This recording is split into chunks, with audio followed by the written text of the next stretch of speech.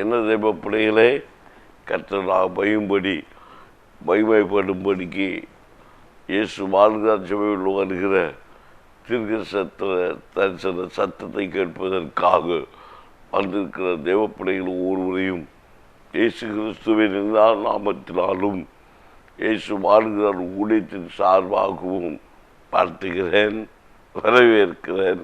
கர்த்தர் உங்களை ஆசீர்வதிப்பாராக. என்ன தெய்வ பிள்ளைகளே, இன்றைக்கு அநேகருடைய சவுண்டெல்லாம் வெரி ஸ்வீட் வாய்ஸாக இருக்கும், அழகான சத்தமாக இருக்கும். உங்கள் ஊழியக்காரருக்கு மட்டும்தான் இப்படிப்பட்ட ஒரு புரட்டு சத்தம். அதனால் அது உங்களுக்கு பிடிக்குமா இல்லையா எனக்கு தெரியாது.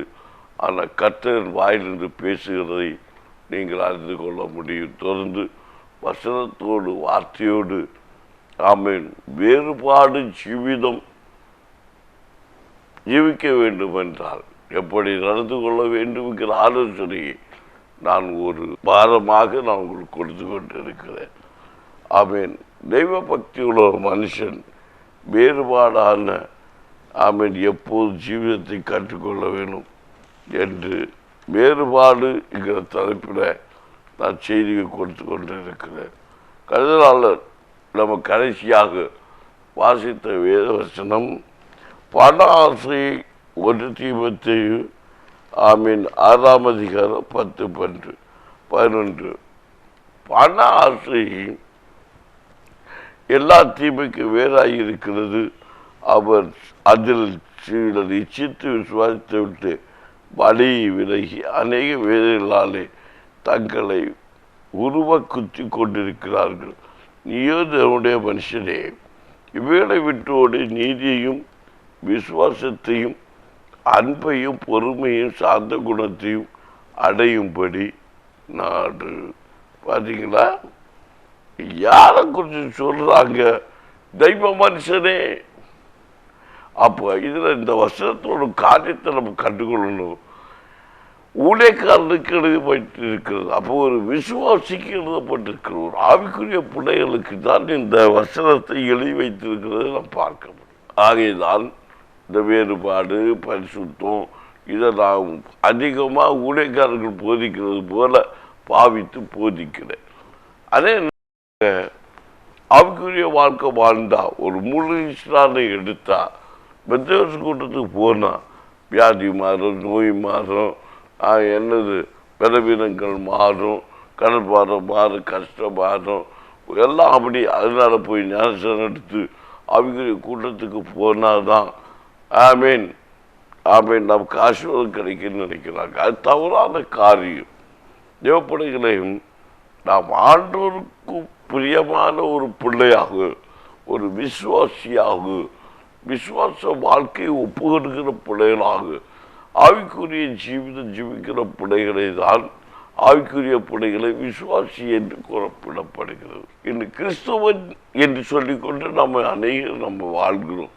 இப்போ என்ன எனக்கு உரிய காரியத்தை எனக்குரிய நிகழ்ச்சி எடுத்துக்கிட்டா நான் கிறிஸ்தவன் என்று சொல்லிக்கொண்டு ஒரு 28-29 வருஷம் வாழ்ந்திருக்கிறேன்.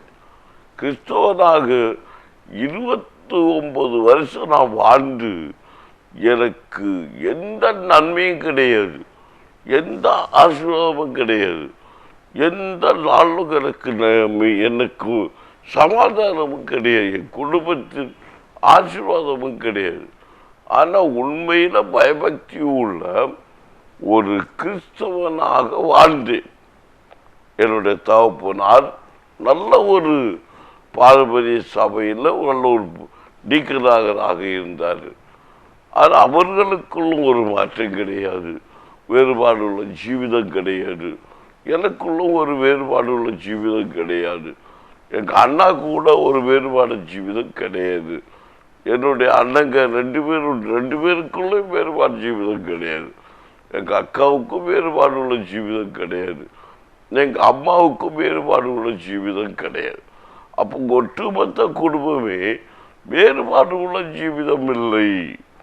வேறுபாடு உள்ள ஜீவிதம் என்ன? அதனால் பெற்றோரை குறித்து நான் குறை சொல்லவும் இல்லை, என் சகோதரனை குறித்து குறை சொல்லவும் இல்லை.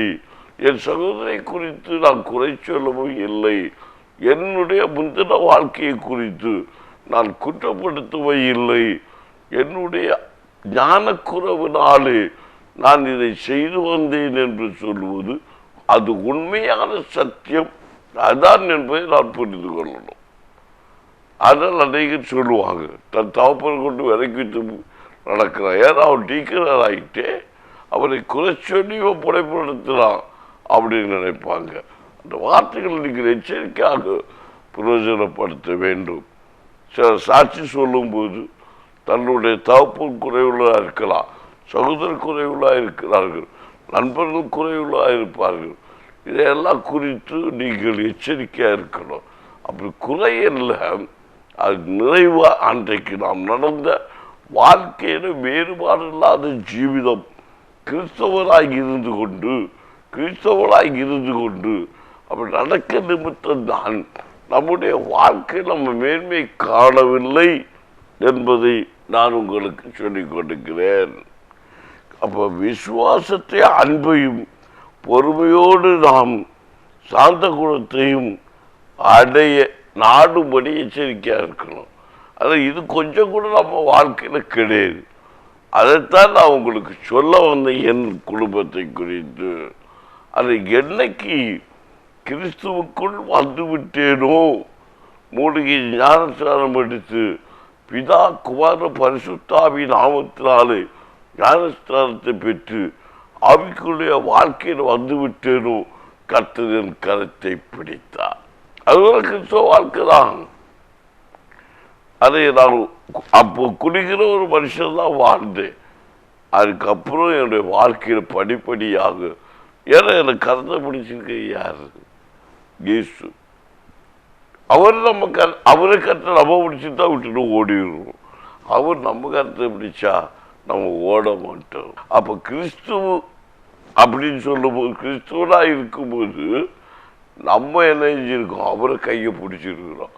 கிறிஸ்துவுக்குள் மாற்றப்படும் போது விசுவாசியா மாற தொடங்குனா அவர் நம்ம கையை பிடிச்சிக்குவாரு.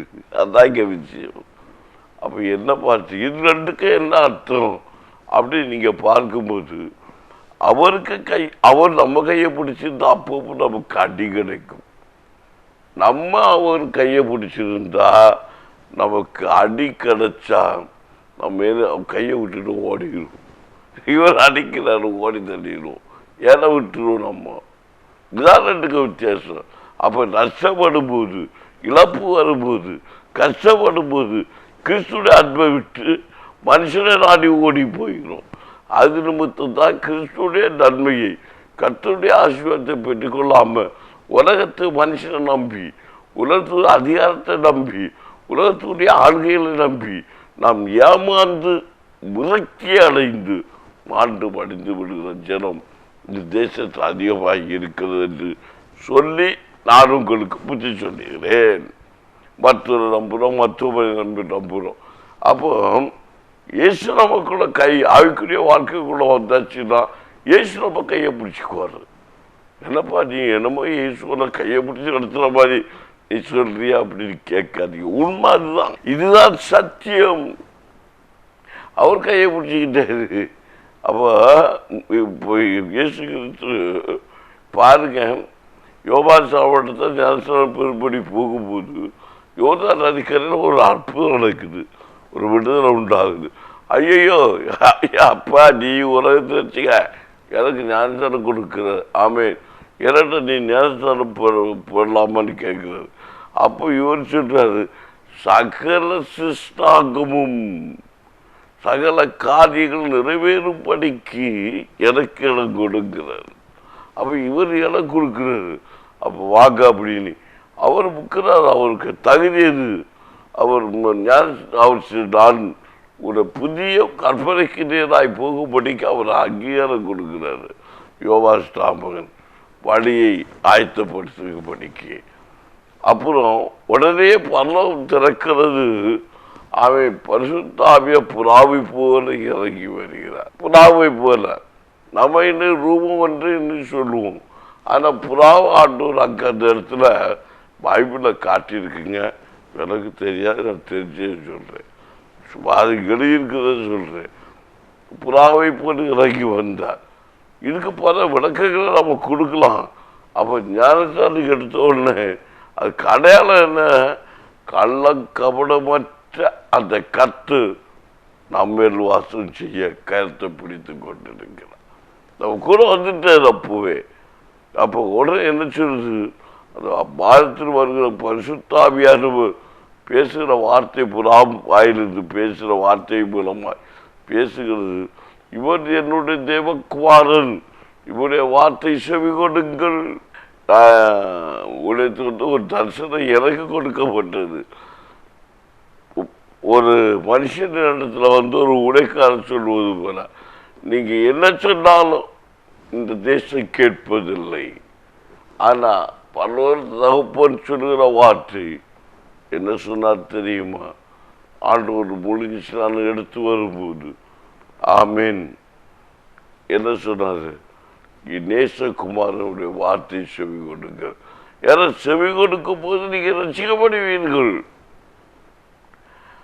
ஆனா எனக்கு உலகத்துக்கு மனுஷன் ஒரு பிசாசு சொல்றதுன்னா நீ என்ன சொல்ற நம்ப மாட்டாங்க. ஏன்? எல்லாம் நம்ம ஆளுகைக்குள்ள இருக்கிறாங்க. என் தெய்வ பிள்ளைகளே, ரெண்டுக்கு ரெண்டு காரியத்துக்கு நாம் அடையாளத்தை கண்டுகொள்ளணும். பிசாசு இன்றைக்கு நம்முடைய போதகத்தை கேட்க விடாதபடிக்கு ஜனனுடைய இதயத்தை குருட்டாட்டம் பிடித்து அடைத்து வைத்திருக்கிறான். அது நீடிய பொறுமையோடு சமாதானத்தோடு அவன் என்ன நம் உலகத்துக்குரிய விசுவாசத்தை உலகத்துக்குரிய காரியத்தை நம்பி ஏமாந்து விடாதபடிக்கு விசுவாசத்தோடு விசுவாச வார்த்தை நின்று நம்மை காத்து கொள்ளும் போது உலகத்தில் ஒளிவிடுகிற ஒரு முக்கிய ஒளியாக கர்த்தர் நம்மை மாற்றுவார்.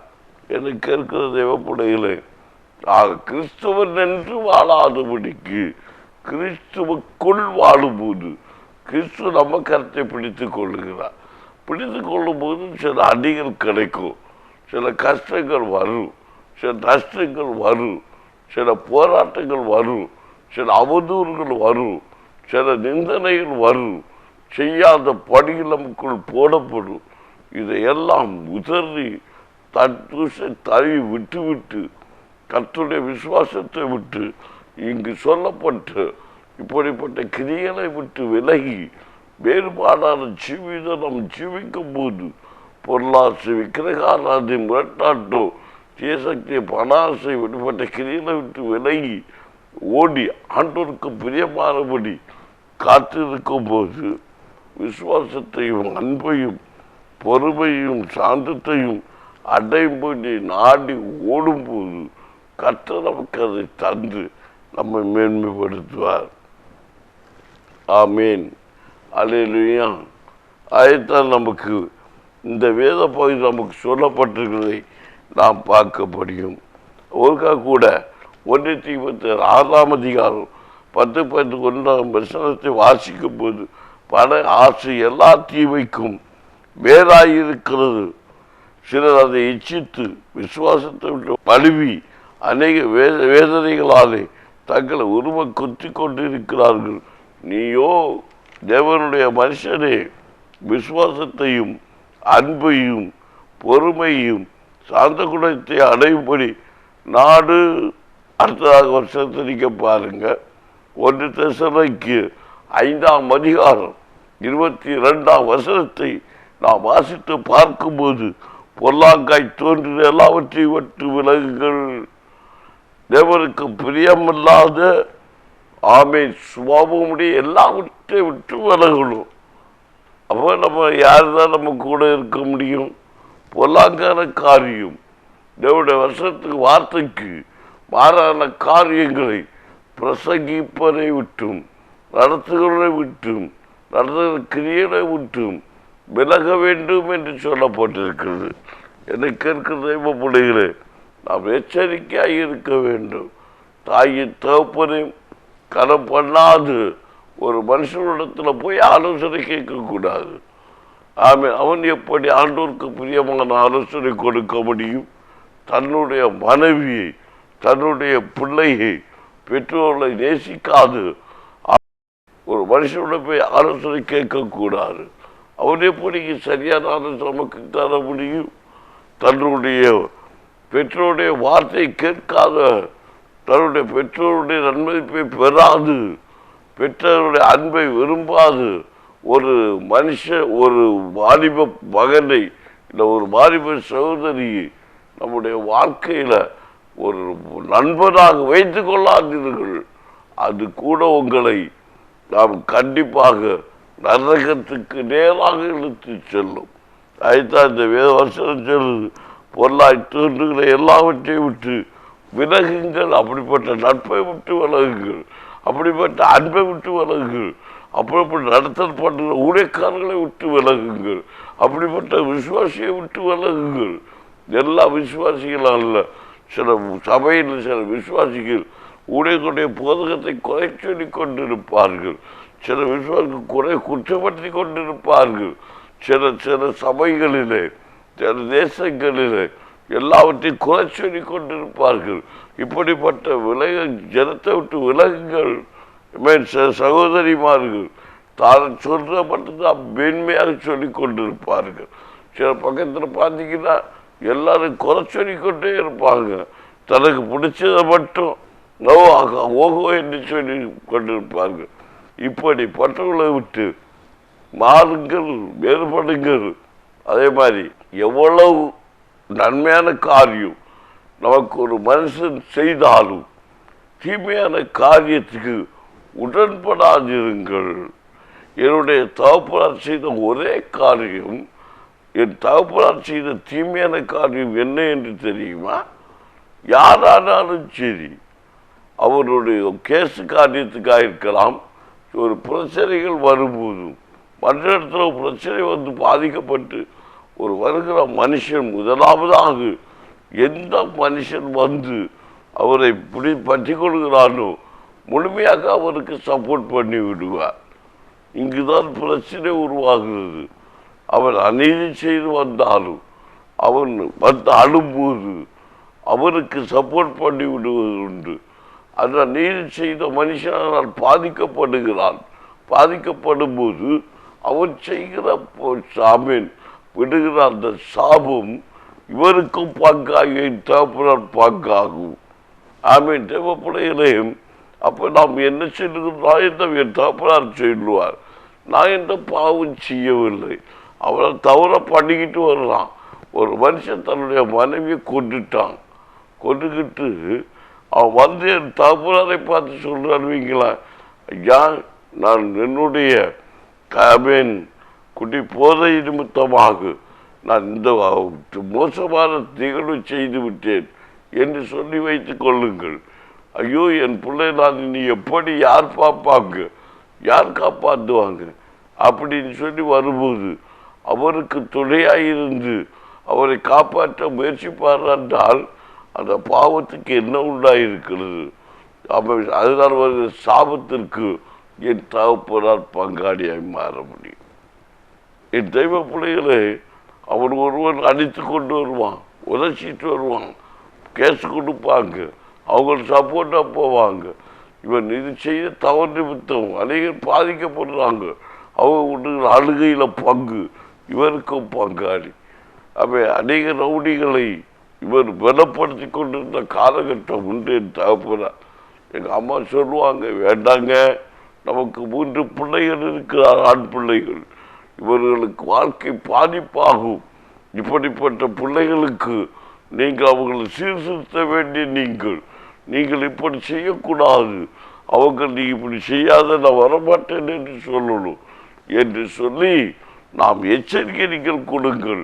அவரை எப்படி செய்து அவங்களை சப்போர்ட் பண்ணி அவங்களை நீங்கள் இறக்கி விட்டு கொண்டு மீண்டும் இப்படிப்பட்ட காரியங்களை செய்வார்கள். ஆனால் உங்கள் தைரியத்தை விட்டு வைத்து அவங்க தப்பு பண்ணி கொண்டிருப்பார்கள். இப்படி சொல்லி என் பல முறை கண்டிப்பாங்க. ஆனால் என் தகப்பனார் கேட்க மாட்டார். என்னை கேட்கிற தெய்வ பிள்ளைகளையும் எதற்காக என்னுடைய சாட்சியை சொல்லுகிறேன் என்றால், என்னுடைய சகோதரர் பக்கத்தில் இருக்கிற ஒரு சகோதரர் நாள் ஒரு மனுஷனை என்கிட்ட 2 பேருமே சொந்தக்காரங்க பேசி கொண்டிருக்க பிரச்சனைனால் வெற்றி விட்டார். என் தாயார் அன்றைக்கு தகப்பனார் இல்லை. ஆமீன் ஆமீன். இந்த தாய் இருந்தாங்க, அவங்க ரொம்ப வேதனைப்பட்டாங்க. யாரா நீ வெட்டினா அப்படின்னு கேட்டாங்க தம்பிட்ட. கிரி நீ வெட்டிட்டு இங்கே எதுக்கு வர்ற அப்படின்னு கேட்டாங்க. எங்கள் அம்மா கொஞ்சம் ஸ்டிக்காக இருப்பாங்க.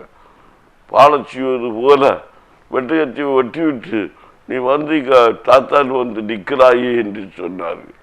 திட்டுனாங்க, இப்படி காரியம் செய்தா இனி உன்னை எத்தி பார்க்க மாட்டாங்க அப்படி என்று சொல்லி. பாருங்கள், அதை பின்னே போய் தவறு செய்து விட்டாதே என்று சொல்லி மனைவி அழுகுறாங்க. இப்படி செஞ்சுட்டா குடி போதே என்ன காலுக்கு அழுகுறாங்க. என் தகப்பன் அதை முன் சென்று 2 பேரும் ஒரு குடும்பத்தில் உள்ள ஆனாலே பிடித்து அதை நிறுத்தி வேண்டாப்பா விட்டுருக்குன்னு சொல்லி ஸ்டேஷனில் போய் சொல்லி அதை பிடித்து விட்டார். அவர் சுமூகமாக கேஸெல்லாம் அதை தீர்த்து விட்டார். அது நிமித்தமாக இன்னொரு அந்த பையனுடைய பிள்ளைகளுக்கு எங்கள் மேல் வைராக்கியம் வந்தது. ஆமாம், தேவ பிள்ளைகளே கோபம் வந்தது, சபித்தார்கள். இன்றைக்கு சரி எதிர்க்கிரிகளை காட்டிக் கொள்கிறார்கள். காரணம் என்ன? ஒரு மனிதனுடைய கண்ணீர் துடைக்கு போகும்போது இன்னொரு மனுஷனுடைய கண்ணீர் அங்கு நீக்கிறது. இப்படிப்பட்ட வேறுபாடை காட்ட வேண்டும் என்றால் ஒரு கிறிஸ்தவ பிள்ளைக்கு இதெல்லாம் ஆகாத காரியம். கிறிஸ்தவராய் வாழ்ந்தால் மட்டுமல்ல, தீமை செய்கிற ஜனங்களுக்கு துணை போகக்கூடாது. துணை போகிறவனும் அதற்கு உடன்படியாக இருக்கிறபடினாலே இப்படிப்பட்ட காரியங்களை விட்டு வேறுபடு என்று சொல்லுதான் கர்த்தராகி ஆண்டு சொல்லுகிறார்.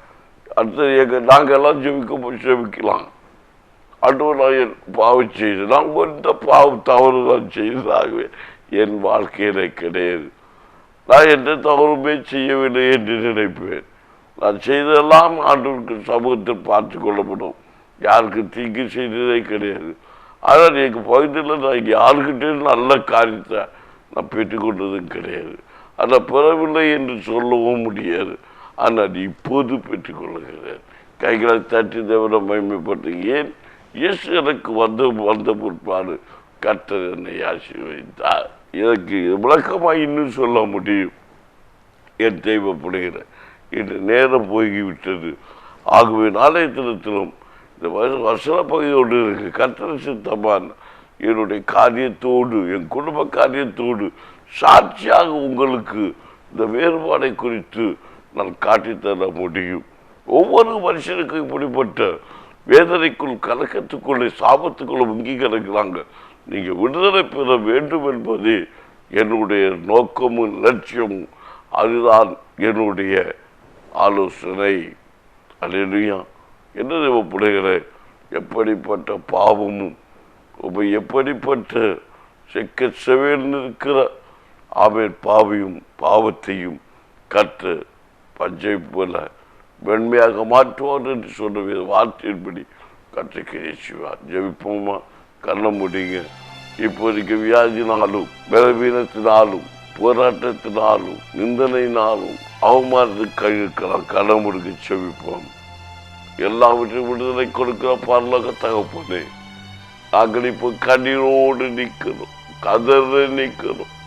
ஆண்டவரை இப்படிப்பட்ட பாவங்கள் என் தகப்பனிடத்தில் உண்டு, என் தாயிடத்தில் உண்டு, என் சகோதரத்தில் உண்டு, எங்களுடைய மூதாதிடத்தில் உண்டு. இப்படிப்பட்ட காரியத்தின் நிமித்தம் ஒருவேளை பாவம் வந்திருக்குமோ சாபம் வந்திருக்குமோ என்று எண்ணி எங்கள் பிள்ளைகள் கண்ணீரோடு இருக்கிறார்கள். இப்படி பாவம் உண்டென்றால் சாபம் உண்டென்றால் எங்கள் பிள்ளைகளை மன்னிக்கணும். தெரியாதனமாக ஆண்டவர் இந்த வசனத்தில் மீறின காரியங்களை கிறிஸ்தவனாய் இருந்தும் எங்கள் பிள்ளை நேசிக்கிற ஜனங்களுக்காக செய்தது தவறு.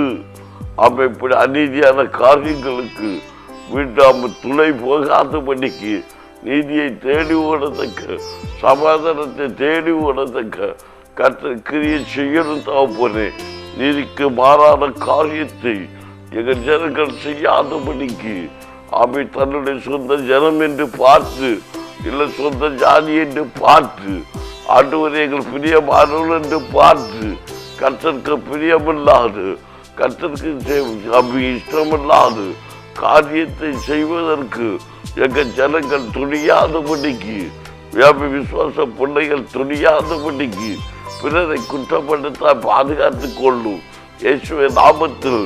அந்த நிமித்தமாக வியாதிகளோ பலவீனங்களோ போராட்டங்களோ வந்திருந்தால் இப்போதே பிள்ளைகளை விட்டு எல்லையை விட்டு ஓடி போகட்டும். அப்படிப்பட்ட வியாதிகள், அப்படிப்பட்ட போராட்டங்கள், எப்படிப்பட்ட மந்திர கிரியைகள், சூரிய சக்தியின் சூரிய கிரியை, பொறாமையின் ஆவிகள், எரிச்சல், வன்கண்கள், சூரிய சக்திகள், கட்டப்பட்ட கட்சிகள் உடைக்கப்படும்படிக்காக பூஜைகள், புரஸ்கார சக்திகள், புரஸ்கார கிரியைகள் எல்லாம் மாறி போகட்டும். இயேசுவின் நாமத்தில் நான் கட்டளை கொடுக்கிறேன். நான் தேவனுடைய ஊழியக்காரன். நான் கட்டளை கொடுக்கிறேன். அற்புதம் நடக்கட்டும். சத்தம் தொனிக்கிற ஒவ்வொரு இல்லங்களிலும் பிள்ளைகளுடைய காதுகளிலும் கர்த்தருடைய வல்லமை இப்போது இறங்குவதாக. விடுதலை உண்டாகட்டும், ரட்சிப்பு உண்டாகட்டும், சமாதானம் உண்டாகட்டும். எங்கள் பிள்ளைகள் உணர்வடைந்து இருக்கிறாங்க. இயேசுவின் நாமத்திலே ரட்சிப்பு உண்டாகத்தக்கதாக கர்த்தர் கிரியை செய்வீராக. இயேசுவின் நாமத்தில் ஆண்டவருடைய பிள்ளைகள் பெற வேண்டிய நன்மைகள், பிள்ளைகள் பெற வேண்டிய ஆசீர்வாதங்கள் தடைபடக்கூடாது. படிப்பு தடைபடக்கூடாது. வேலை கிடைக்காமல் இருக்கக்கூடாது. சமாதான குறை உண்டாகக்கூடாது. சம்பாத்தியத்தில் பாவம் இருக்கக்கூடாது. நமக்கு கையில் பிரயாசத்தில் பாவம் இருக்கக்கூடாது. எங்கள் பிள்ளைகள் கையில் பிரயாசம் இப்படிப்பட்ட கிரிகள் நிமித்தமாக வீணான செலவுக்கு போகக்கூடாது. இப்போதே வஞ்சிக்கிற வன்ச கிரிகள், வஞ்சிக்கிற அந்நிய வல்லமை நுகங்கள் உடைக்கப்பட்டு எங்கள் பிள்ளைகள் கிறிஸ்துவுக்கு சாட்சியான பிள்ளைகளாக வாழும்படி கர்த்தர் கிரியை செய்வீராக என்று ஜெபிக்கிறேன். பரிசுத்தாவின் ஆளுகை செய்யும், வழி நடத்து, இறக்க செய்யும், பலப்படுத்து, நன்மையாக நிரப்பு. நல்ல பிதாவே, ஆமேன், ஆமேன். என்ன தெய்வ பிள்ளைகளை இன்றைக்கு வார்த்தை கேட்டீங்க, வசனங்களை கேட்டீங்க. நாளை தினத்தில் வாங்க, கர்த்தருடைய வசனத்தை வார்த்தையை கேட்போம். கர்த்தர் பெரிய காரியங்களை செய்யும்படி கர்த்தர் கிரியை செய்வதாக. வேறுபாடு உங்கள் இருதயத்தில் இருக்க கடவுது. நீயோ தேவ மனுஷனே, ஆவிக்குரியவன், பொருளாதார கிரிகளை விட்டு விலகியோடு என்று சொல்லி கர்த்தருடைய வார்த்தையை கர்த்தர் ஆசீர்வதிப்பதாக. ஆமென்.